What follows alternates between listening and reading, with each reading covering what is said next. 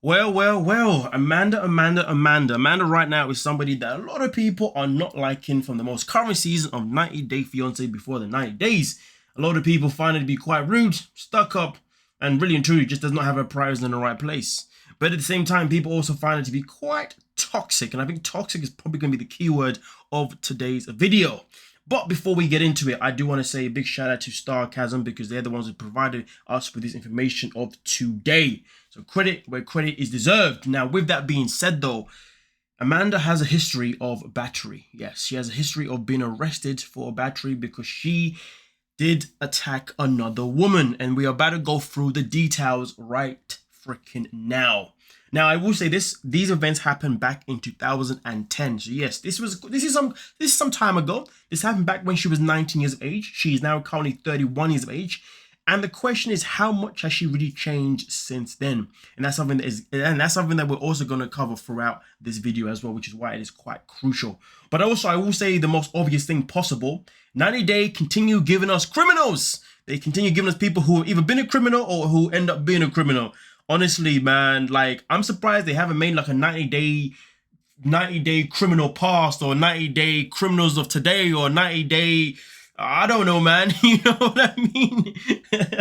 But anyway, let's just continue. But of course, whilst you're still here, please do make sure you like the video and subscribe, because of course that helps us grow within YouTube algorithm and all that kind of mumbo jumbo. But with that being said, though, yes, these events happened back in August of 2010 at Panama City Beach, which is in Florida. Now, when it comes to Amanda stuff in particular, these are the details of exactly, well, this is the police report, shall I say, of exactly what went down, or at least what was given by the police. Amanda stated that she and Jeremiah were on their way home and wanted to stop by Kayla. Now, Kayla is the young lady that was then beaten.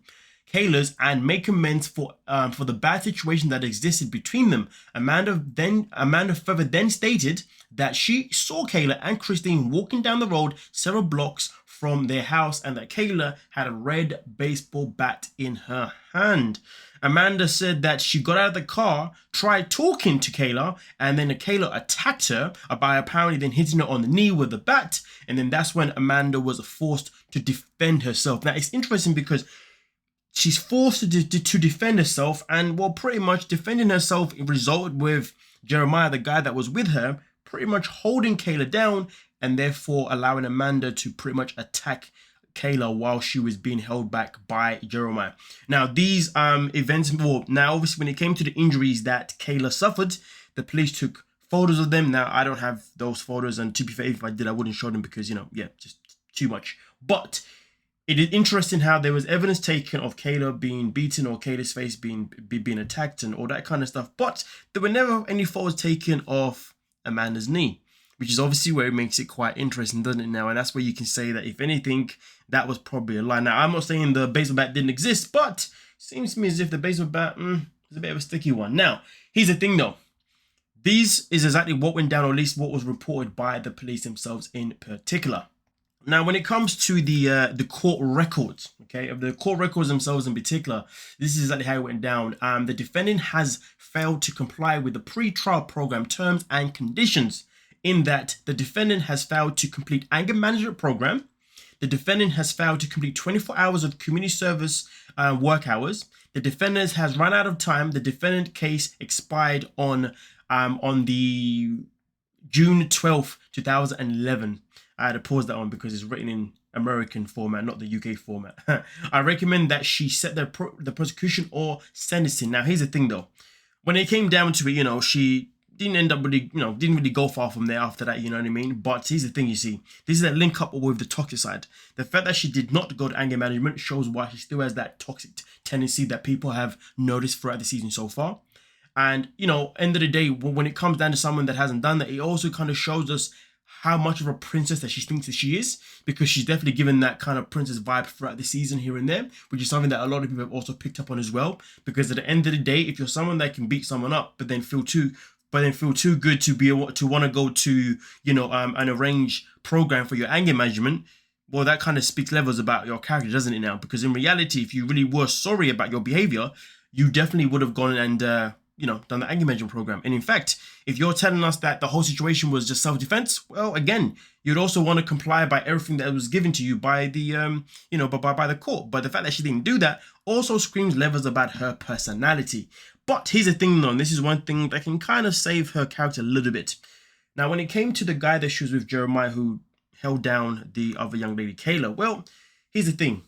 The battery charge was also dropped against Jeremiah too later on. But with Jeremiah, though, ever since then, he has been arrested multiple times, okay, for things including convictions for grand theft, drug possession, and also battery. So I believe at this time she was obviously around someone that was no good for her, someone that was definitely able to influence her in a very easy way, or at least enhance her own toxic vibe, shall I say.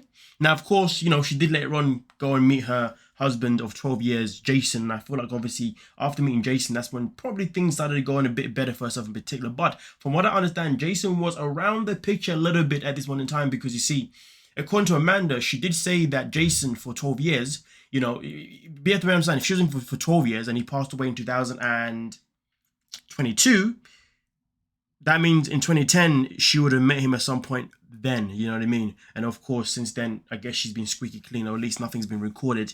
But either way, though, I do believe when we are looking at something like this definitely screams a lot of things. And I feel like it confirms a lot of things that maybe some of us have seen or at least thought.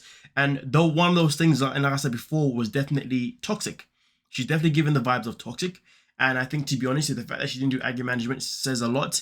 And I think at the same time, the fact that she only ended up sleeping with Razvan only because Razvan's friend confronted her also kind of shows her character in the same light as the past. I know obviously both situations are very, very different, but sometimes we got to connect dots in terms of why someone behaves the way they behave. And usually the way someone behaves today is based on something that happened to them previously in their life, wherever that was a year ago, 5 years ago, 10 years ago, 20 years ago. Either way, trauma is a real thing, or at least someone that avoided going to anger management is someone that's going to continue with a certain level of attitude and a certain level of behavior as well. And I think that's something that we've definitely noticed. Now, hopefully moving forward, after the show's over, hopefully we don't hear about her ever getting arrested again or anything like that, because sadly, when it comes to 90 Day Fiancé, there's always someone getting arrested either before or after. Now, also at the same time, though, let's not forget, Amanda's friend that did appear in the season right around, I believe the first episode, Amber, let's not forget, she also has a record herself in particular as well. So, and that is something that we have spoke about previously on this channel. So if you haven't seen the video around Amanda's sister, my apologies, Amber, who also has a problem with, drugs and XYZ. I think, to be honest with you, there's kind of a connection now when it comes to her life. She obviously hasn't been around the best of people, her sister, and also, of course, obviously there's Jeremiah guy. But this is not to say that Amanda wasn't a part of this madness. This is not to say that she wasn't a part of influencing them as well. But clearly her circle is definitely not a very healthy circle. But right now, though, it does feel and seem as if her sister's done better of her life as well as Amanda. So yeah, we'll take it with that. But either way, though, you guys let me know exactly what you're thinking down below. And like I always say, please make sure you leave a like and a comment and subscribe, because that helps us grow on YouTube. Even if you're liking the video and subscribing and you never come back again, it doesn't matter. At least you help me out. Yeah. With that being said, peace.